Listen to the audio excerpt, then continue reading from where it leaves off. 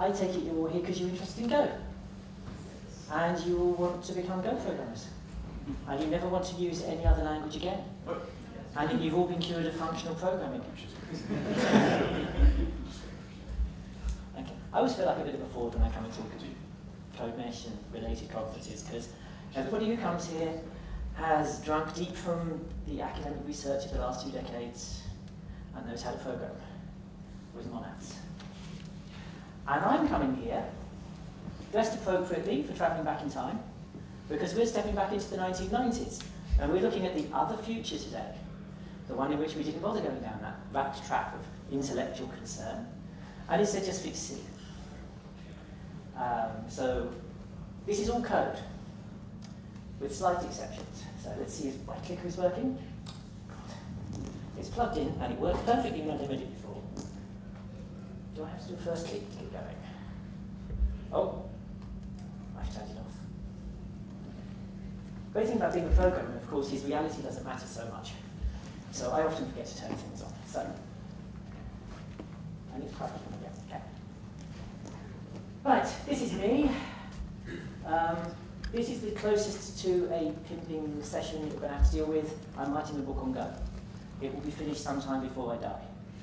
It's a very slow endeavour. All the code today was originally supposed to be drawn out of the first chapter, which is free, about Hello World.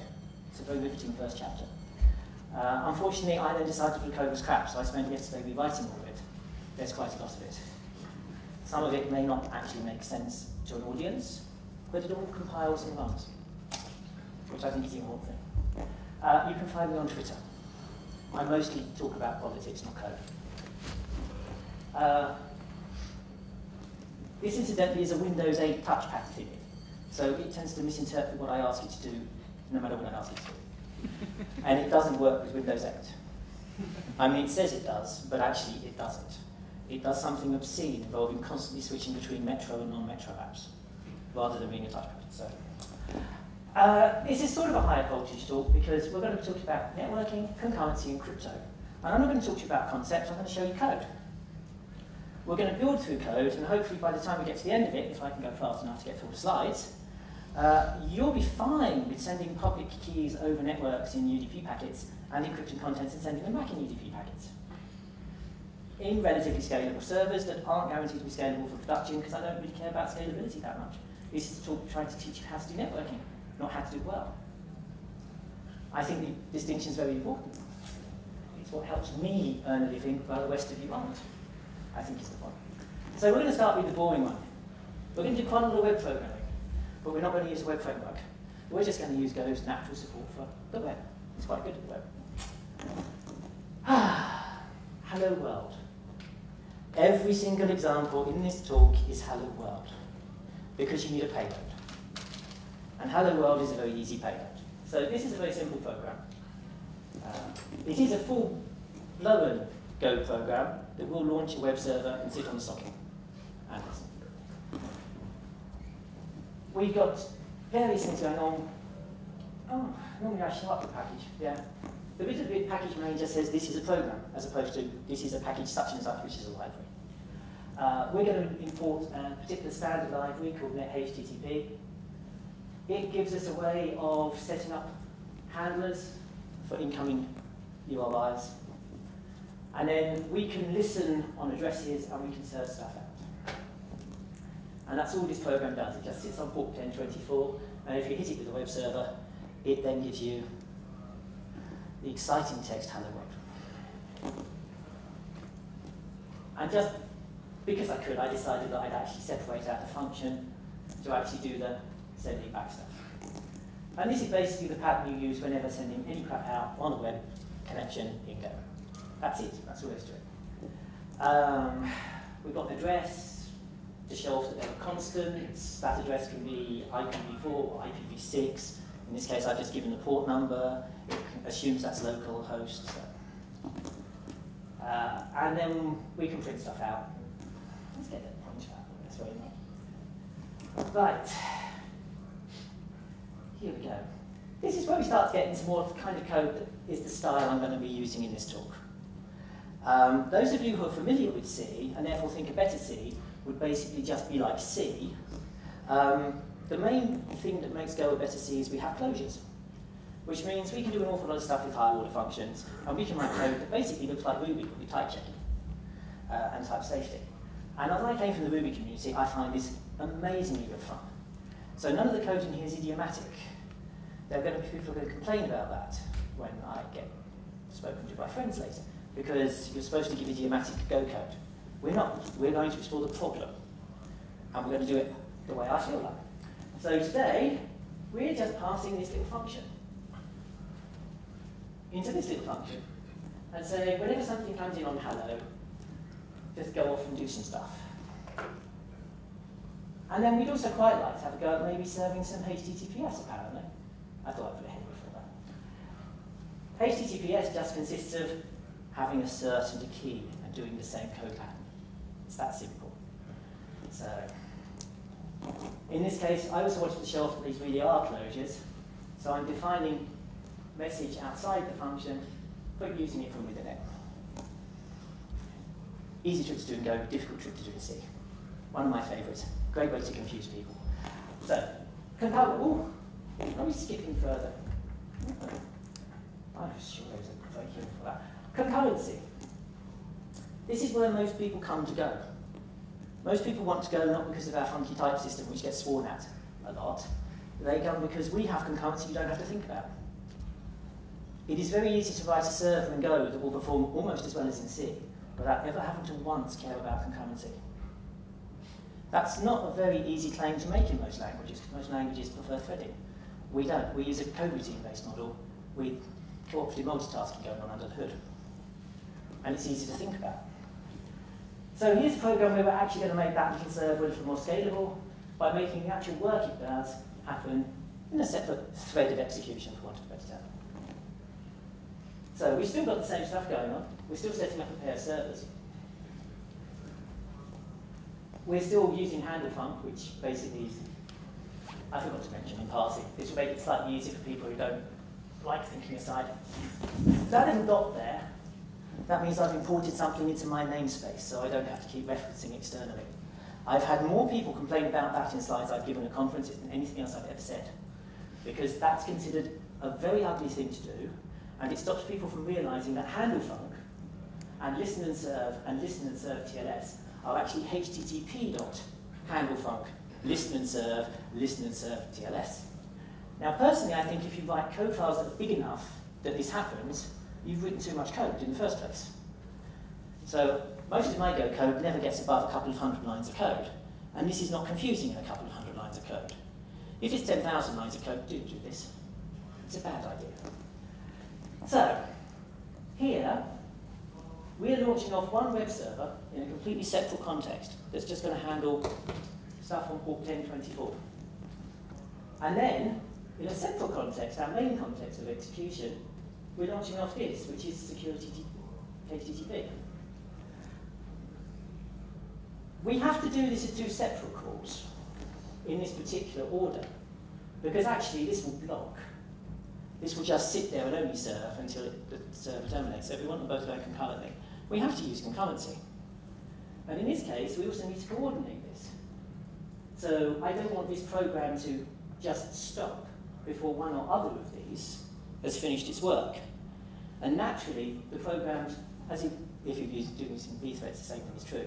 The program will fall off the end quite happily and leave this thing dangling without caring that it's actually doing something if we don't coordinate.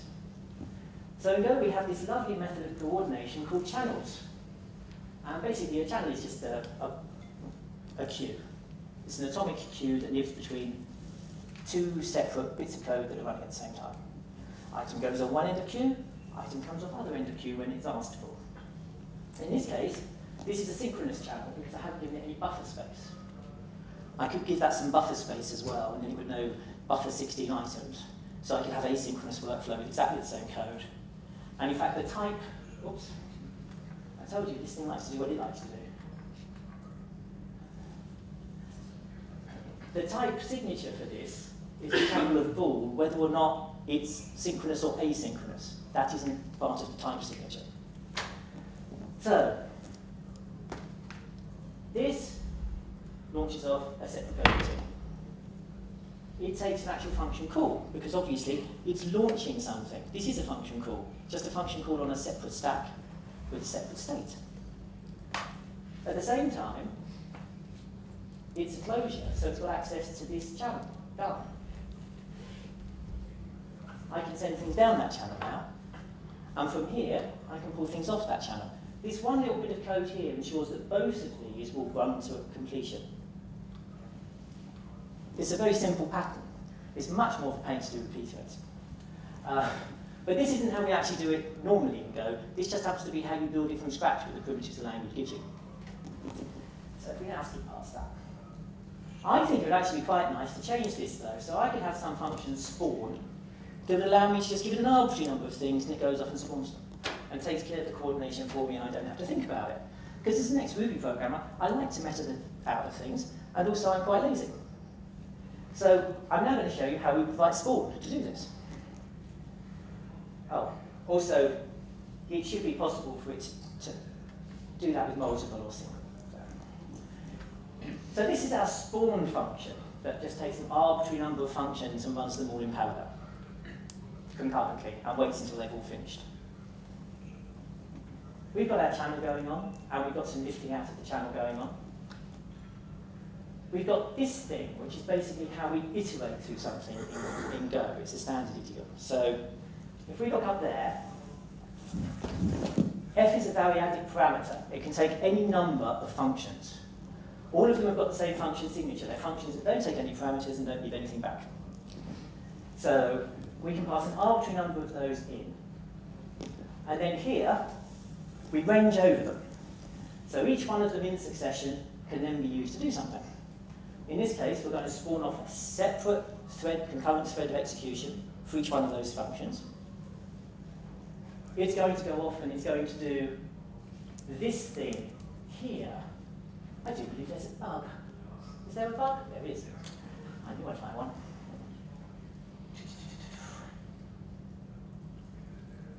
Yes, that is a bug. No, it's not. That's okay then. Let's go back. I thought for a moment. Sorry, it's because I've changed the names of things as I passed them in.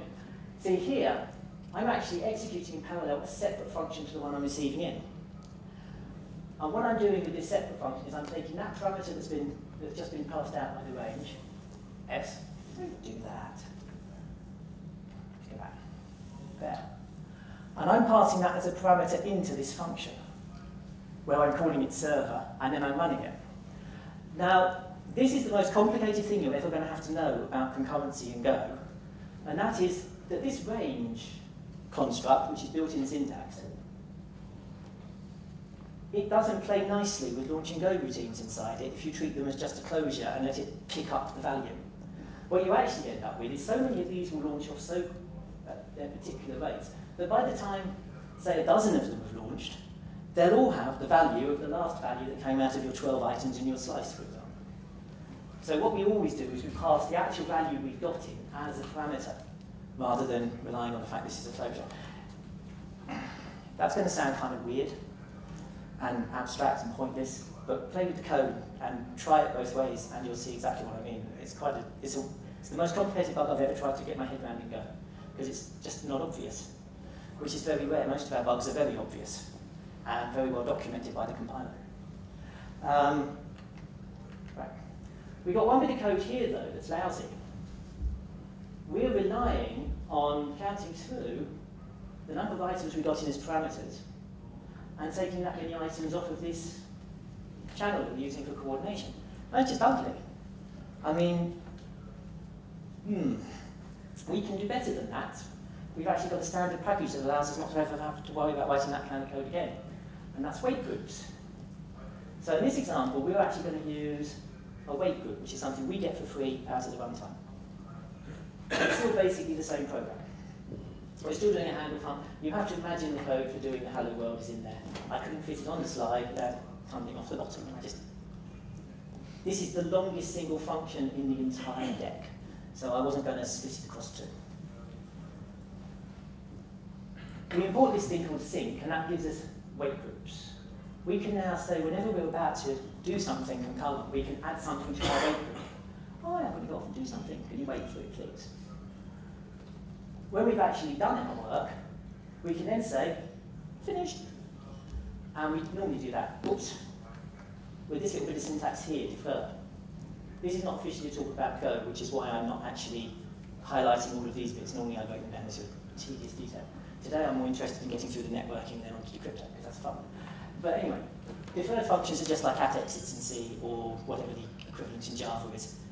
They happen when the function call comes out. Whether it comes out well or bad, if you get a core dump, they'll still run that on the way out and close and clean up resources, and in this case say, you can stop waiting now. Both of these are going to run in parallel. The program is going to wait until all the servers have completed execution. So we've taken what we hard-coded using channels, and we've just made it go away with a nice little standard package.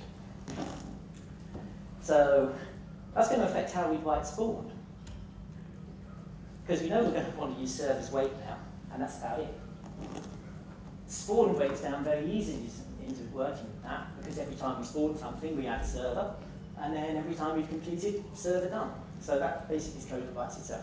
48, what are we doing on time? Yeah, I'll speed up slightly. Okay, HTTP is where most people play. So we've had a lot of HTTP. I'm more interested in TCP/IP and UDP. I do a lot more low-level networking and stuff that I work on. HTTP is nice as a fallback if you've got human beings on the receiving end, but it's an awful waste of bandwidth. Not to mention being very verbose in itself. So we're going to look through some TCP. And it's trivially easy to write TCP services in Go. In fact, it's trivially easy to write any network services in Go. So in this case, we get to use the net package rather than HTTP.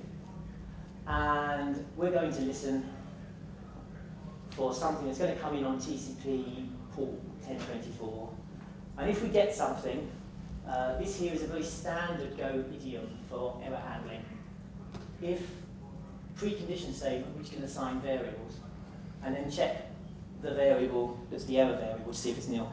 And the standard idiom in Go is the error returned from a function is always the last parameter returned, because we have multiple parameter return, function return. That's not like in Python where you get a tuple back. These are genuine separate variables that, yeah. I don't think in practice that makes a lot of difference, but under the hood, apparently it does.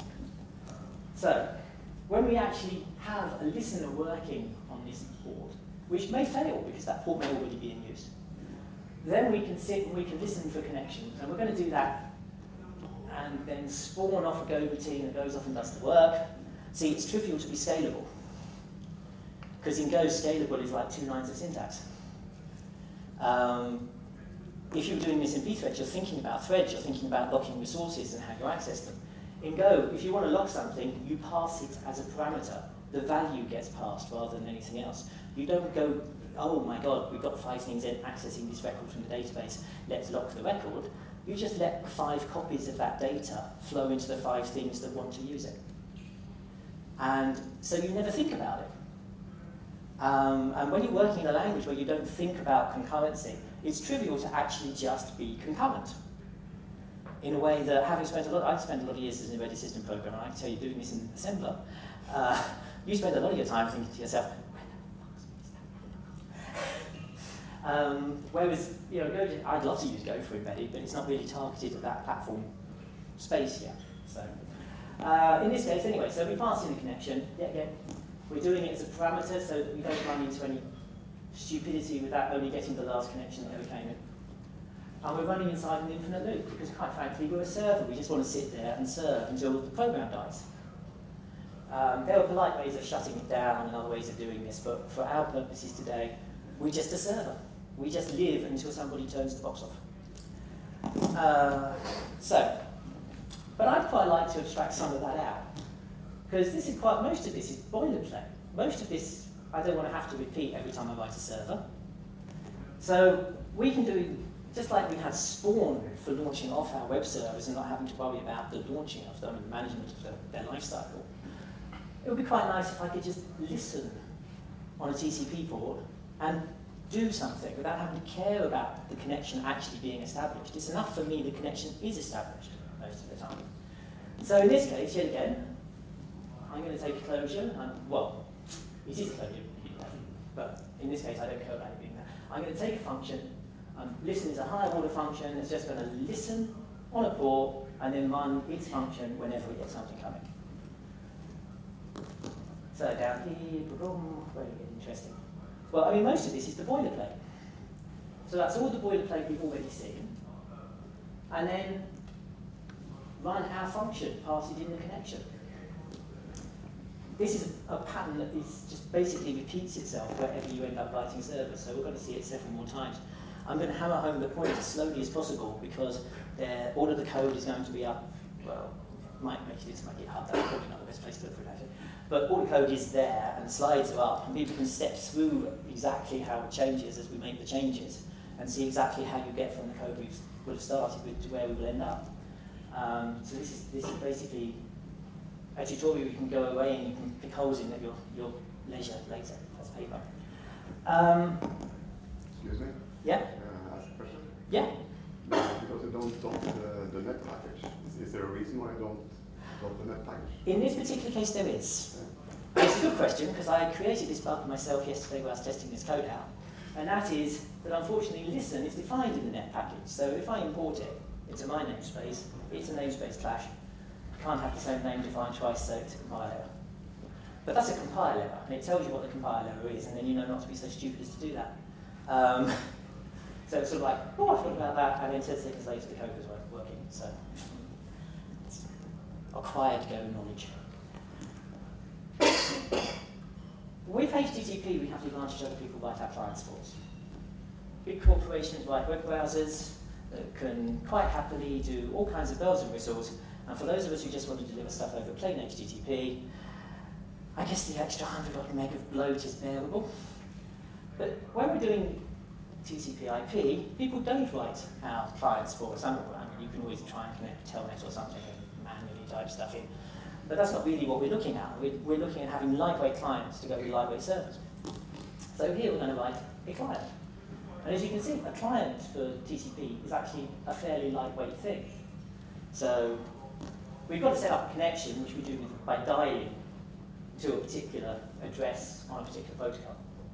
And we're going to want to close the connection when we finish working with it. In this case, that doesn't really matter because it would automatically get closed when the program ends. But if we're doing something more complicated and doing quite a few different connections, obviously. And then we've got this little thing here, buff.io. Buff.io basically allows us to treat a memory buffer the same way that we would treat a file.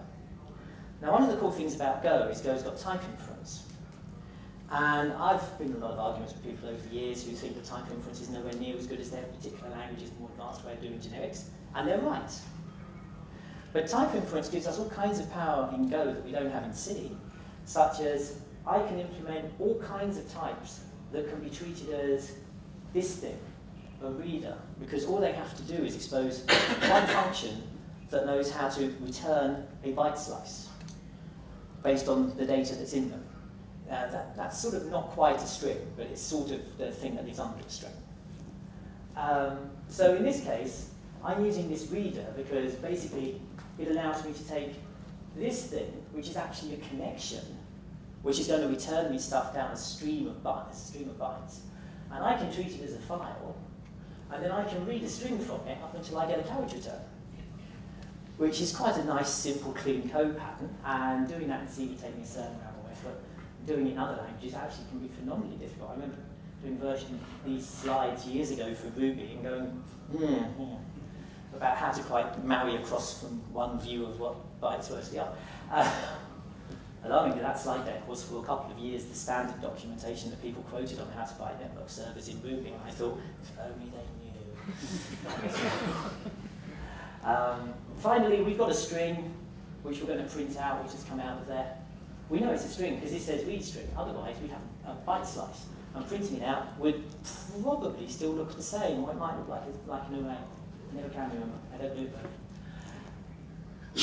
It would be really nice though if we could abstract that out a bit. I mean, there's not a lot to abstract out, but it's quite possible we might forget to do the defer. It's quite possible that we don't really want to worry too much about the fact it's TCP. Might want to have just one function that always sets up TCP connection. So it'd be nice to sort of abstract that out a bit and end up with a slightly different that we can reuse all the boilerplate and not have to do all the detail of the dial ourselves. So, yet again, we can take a function, and we can call that function after we've got a connection. And we can close it when it finishes. So TCP is actually an easy one to do, because there's not a lot involved in TCP connection. TLS has, you'd think, would add a bit more complexity, but thankfully somebody else already implemented the TLS mode for TCP for us, or at least most of it. So, yet again, we can do a listen, and we're going to have to set up TLS. And we're going to have to, oh, we really do like getting carried away, don't we? No wonder you're no good with a Windows tablet. So, we're going to want to configure some TLS, and that means we're going to need a certificate and we're going to need a key. And now we're starting to move into bits where we can learn some more interesting bits of code. So, configuring TLS. Oh, configuring TLS is so much fun. Firstly, we've got a whole pile of crypto protocols and related gubbins that ships as part of the standard library we go. And it's all namespaced off as crypto/whatever. Unfortunately, most people's eyes go blank once you start quoting things like X509 as part of what you're doing. Thankfully, this is all buried away. There are just function calls that if you've ever seen this done once, you just look at somebody else's code and you know that's what you do. Which is the worst way to learn security in crypto, by the way. Never just crypt code from people. Find a cryptographer. Get them to explain it. 3 weeks later, crypt somebody else's code. I work with a cryptographer, so I mean, I get to practice this on a regular basis. He spends a long time explaining why things work the way they do, and then it turns out a little bit of just black code. In this case, we need to set up a certificate, and you'll notice that we can actually have loads of certificates. Because obviously you might want to have a whole chain of certificates, so that each certificate anchors another one, and that's a whole different talk, frankly. And also, we need to have some kind of cryptographically secure random function, which thankfully we get for free. In the real world, if you're doing this on a big scale, and you really care about the randomness that's going in, you actually go off to a company like NCipher, and you buy yourself a HSM, and then you find somebody who can either understand C++ or the Java APIs for the said HSM, and it sits over there, either as a separate box or plugged into your device, and gives you genuinely random numbers. And as a freebie, if you open the box, it wipes all the keys that are stored in it, which is quite nice, I think. Also, be prepared to have at least £5,000 per box, as I recently discovered from their quotes. So anyway, we've got a sort of a listen pattern that's part of this as well. So we're going to have our listener that's going to go off and set up TLS. You'll notice the interface that's actually being used, though, by the TLS stuff is identical to the standard TCP interface. We've got listen, we've got accept. What the code is actually doing is identical. And when we get down here, we're passing in this TLS connection, and we're doing stuff off of it. Now, you'll notice that TLS connection is a pointer. And I quite, this is quite subtle. Accept doesn't return as a TLS connection, it just returns as a standard net connection. So I actually treat it as a TLS connection, which is a definite type as opposed to an interface type. We actually have to assert that this connection is a TLS connection, or more specifically pointed to one. We can make some of this code disappear, therefore, because we can actually just write this in terms of net connections. You'll notice this is now actually the code we had previously, it's just we're passing in a TLS configuration as part of listen, whereas we weren't previously. So a lot of this code, this is where type influence and interfaces come in really powerful. An awful lot of code you write, and then you write another version of it for another type, and you suddenly realise actually they're both the same basic general type. So you just write the interface and you write the code to the interface. And we tend to discover interfaces in Go as much as we devise them. So, if you're a C++ programmer, you might sit down, you might start thinking in terms of templates, and then deign to look at more concrete types later to instantiate your templates. Whereas we'll tend to, in Go, come up with a whole pile of code, realise that basically it's the same patterns, and then turn it into interfaces.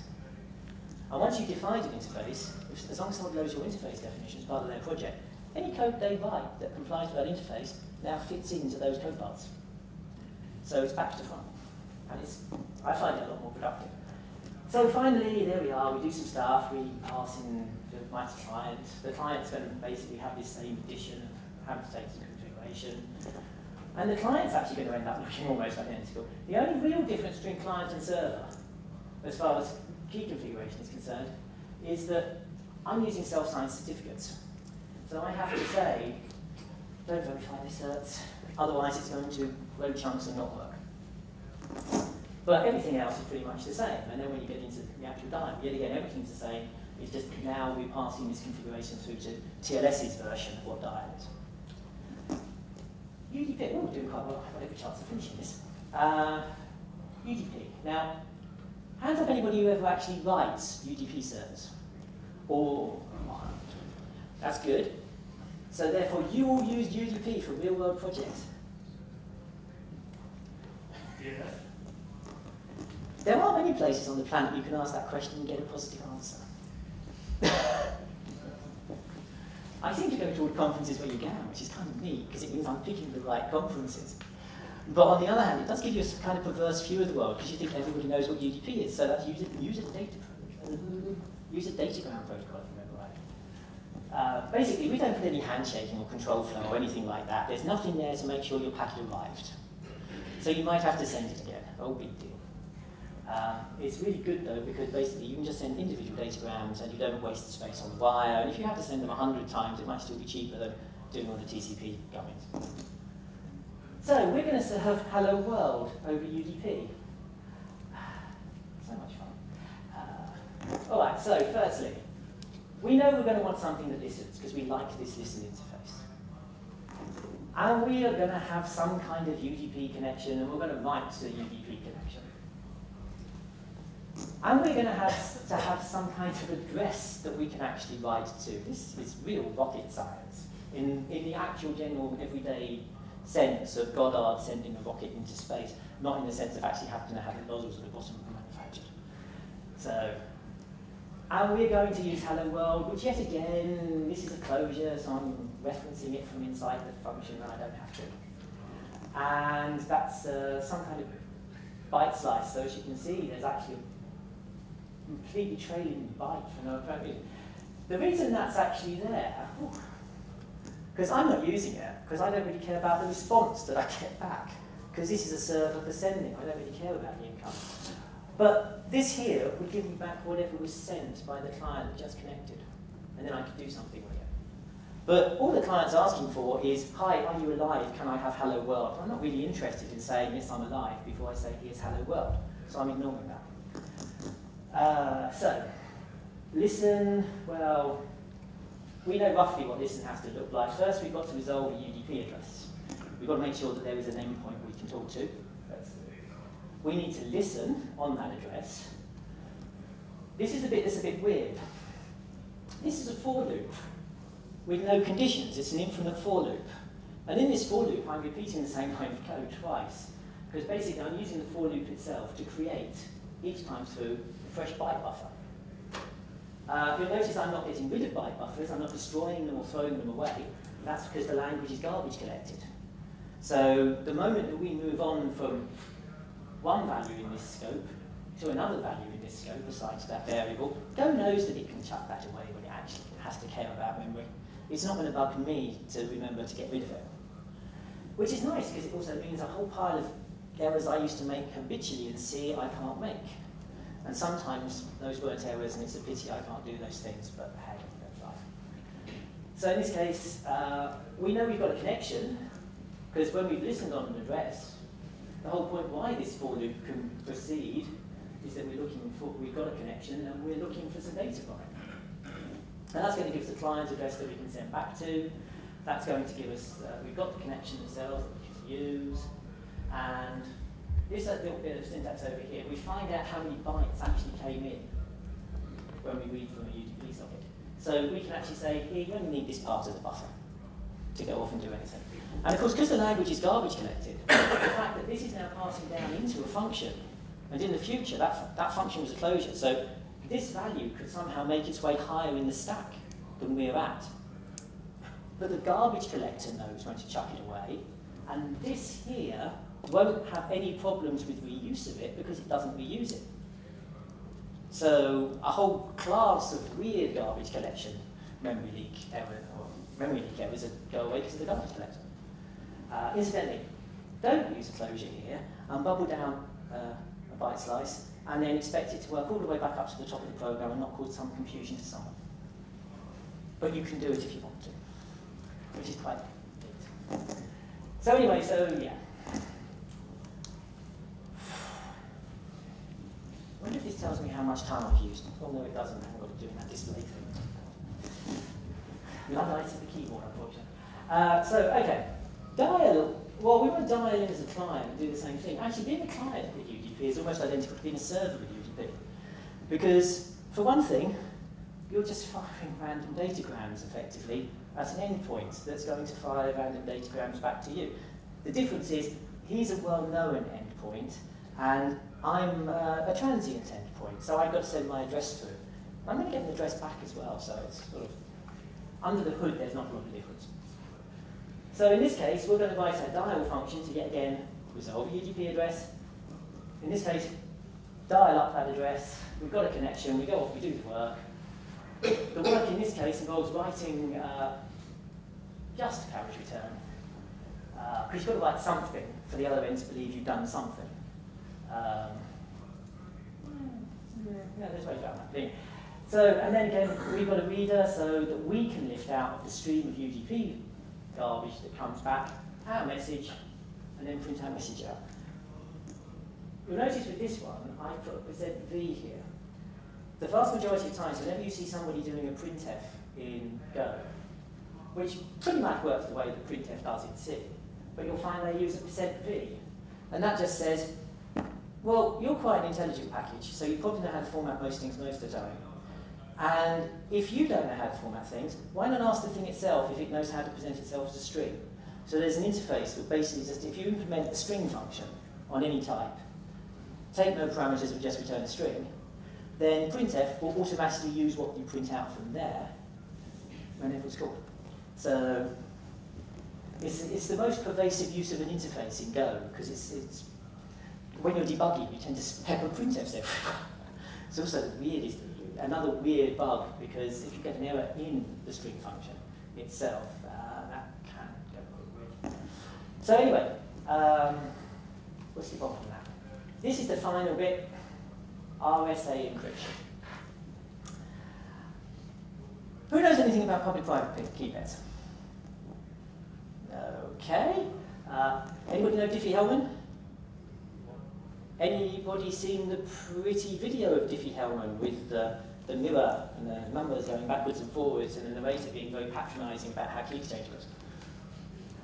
It's worth looking for because it's about 4.5 minutes with names like Alice and Bob and they want to change secrets. And it's a standard cryptographer's view on Diffie-Hellman. Basically, Diffie-Hellman consists of, I have a key that's public and can't be used to decrypt anything that you send to me, but you can encrypt with it. You have the same, and we swapped them. That's as complicated as it is. But you can make a lot of money as a consultant out of this, because my work partner does. He makes a lot of money as a consultant out of doing public-private key infrastructure. But really, they all come down to this basic thing. We are going to use our client to send a public key. And then our server is going to encrypt hello world and send it back.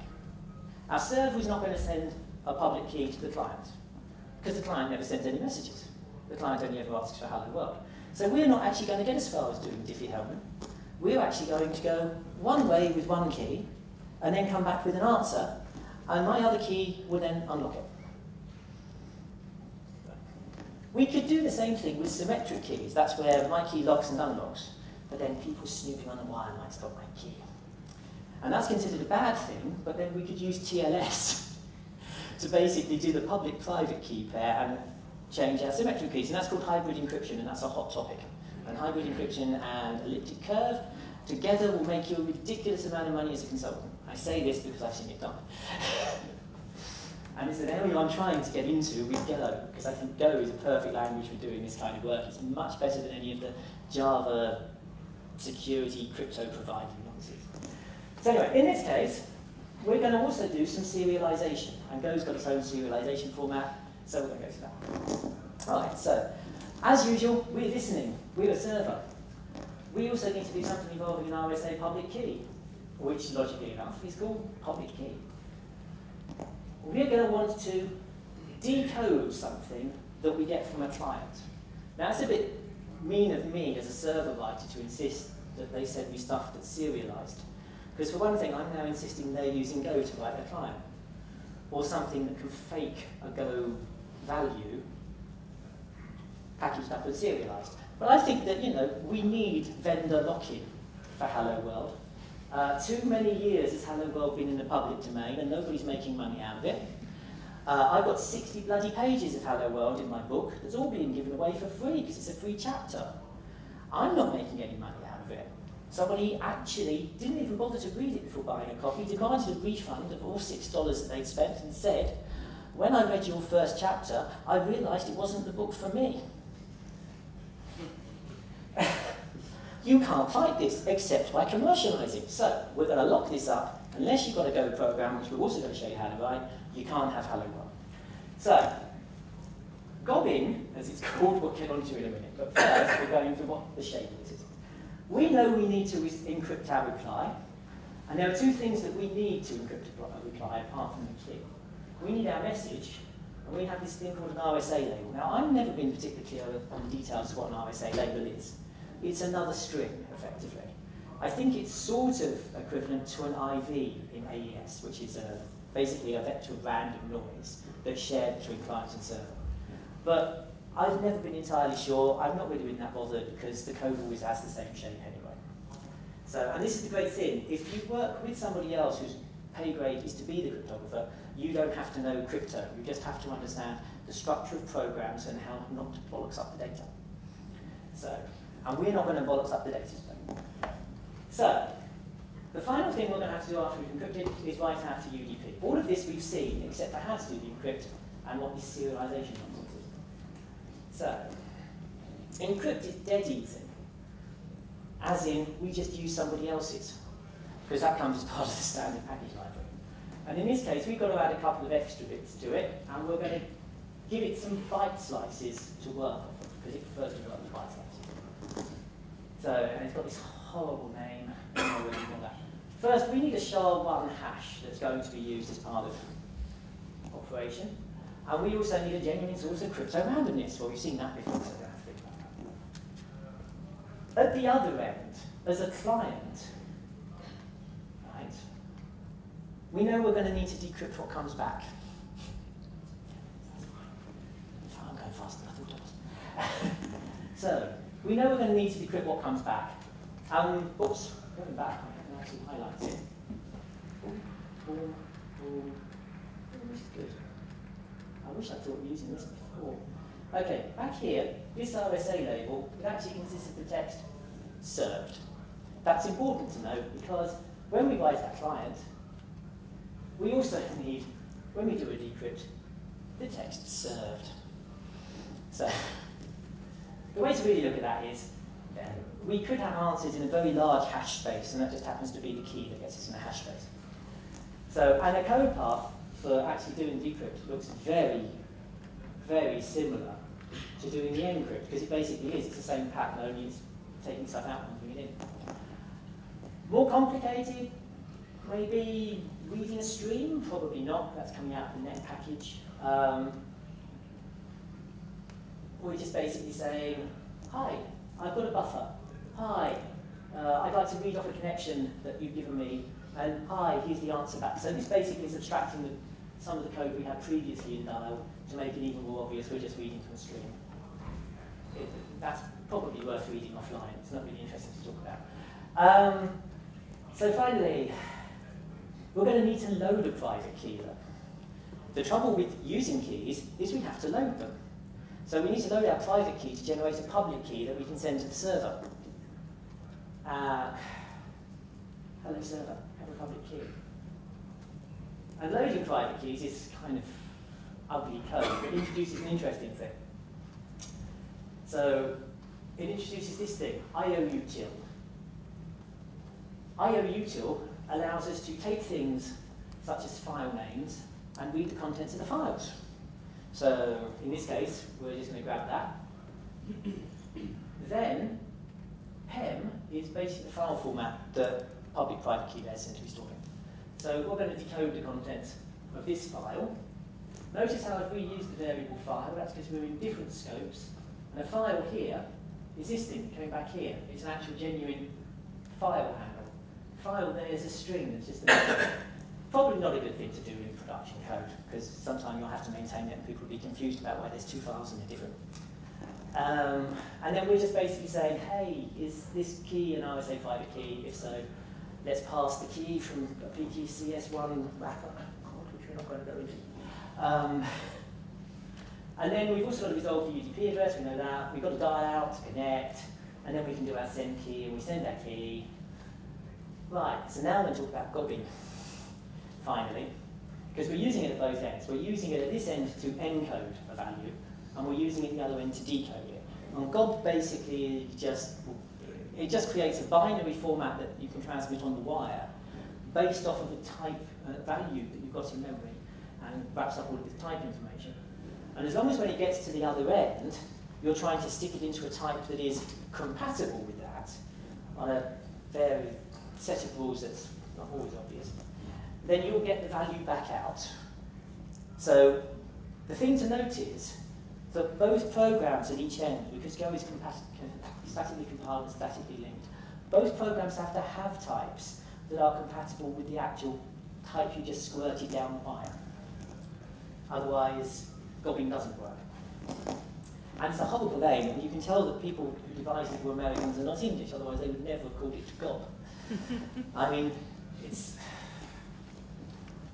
they never called it bath or spew, so I really don't know why it's called gob. I know, but I think it's a contraction from Go Object Protocol or something, so I could really have done without the name, because you end up with a lot of code peppered with it if you do a lot of binary sending. It's just horrible. Anyway, that gets us all the way to the point where you now have a UDP client and a UDP server talking to each other over a public network, exchanging a public key, encrypting the words hello world, squirting them down the wire, and at the other end printing them out. That's pretty much everything you need to know about networking and crypto in Go, and it's all based off of goroutines, so it's all basically scalable. There's nothing more you have to do. So I now expect everybody else to go off and start a startup to make money out of variations of Hello World. There's a big language space out there, so we can have it in Gujarati or Chinese. There's definitely a patent in there somewhere that somebody can claim. I haven't spotted it yet, but hey, you expect that at conferences, somebody else does the work, you get the patent. So you can find everything you need to know about Go at golang.org. You can find a whole pile of interested people, mostly being polite, but occasionally having really nasty arguments on Twitter. There is a mailing list, but I haven't been on it in a couple of years, and I can't actually remember how to link to it. I've been on it, but it's like I'm ever going to go through 103,000 messages that I currently have buffered in my iMac account. So anyway, that's the talk. Any questions? It's okay, they don't actually have to be about networking or about crypto, they can be about Go.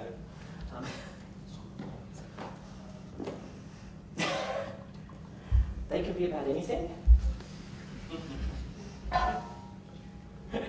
So, I have a question. I do hope it's not actually literally about anything, because I'm not validated as knows everything. I only know some stuff about Go. No, I'm just curious about when you showed about actually sending the keys across. Do they fit in a single datagram? A, or B? How do you manage the resends or all of that stuff? Well, with the particular size of keys I chose in the book, they do. In fact, they fit very nicely. Hello World and the keys both fit in 256 bytes. So they're a nice multiple of a datagram. That may not be a good thing. If you were using AES rather than RSA, obviously AES 256 is like, I think it's 16 bytes for the keys. So that's actually why hybrid crypto is really desirable when you're doing stuff on the wire, because all of this nonsense with public keys results in very large packets. It's okay if you're doing HTTP and you've got whole kinds of other overheads, but if you're actually just got little Internet of Things all messaging each other, paying all of that, and then the unpacking and the decrypting and the, well, it's not practical. So, but yes, I mean, the keys are the limit.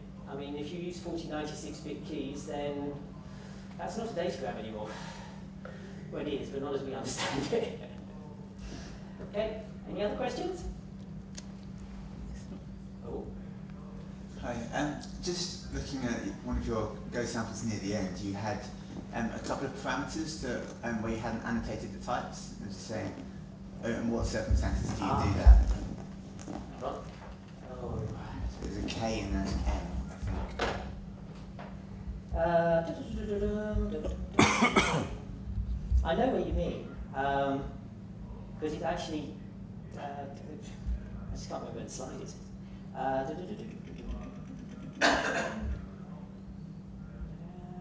Yeah.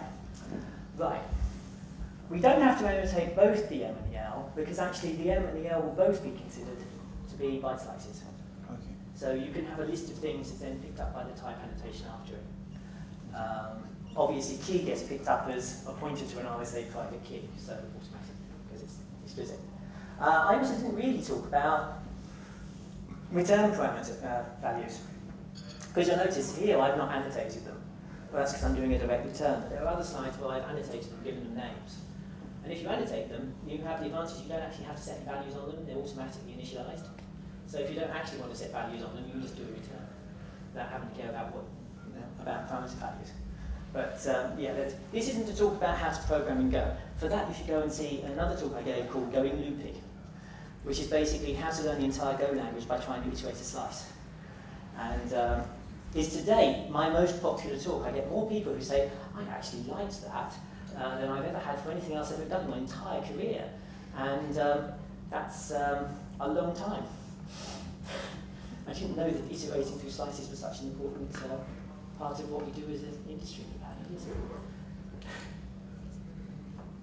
Have I convinced anybody that they want to become a network programmer in Go?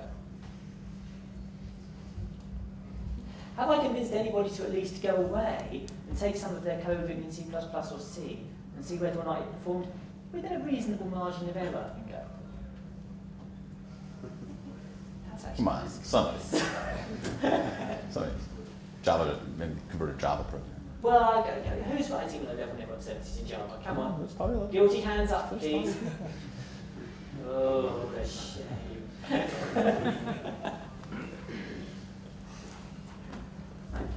Well, thank you very much for coming. I'm sorry if it was a bit rough. This talk actually wasn't supposed to be given until a week and a half from now. It's for Google Dev Day, but there was a speaker dropped out, and I rather rashly said, okay, I'll fill that stuff. I'm coming anyway.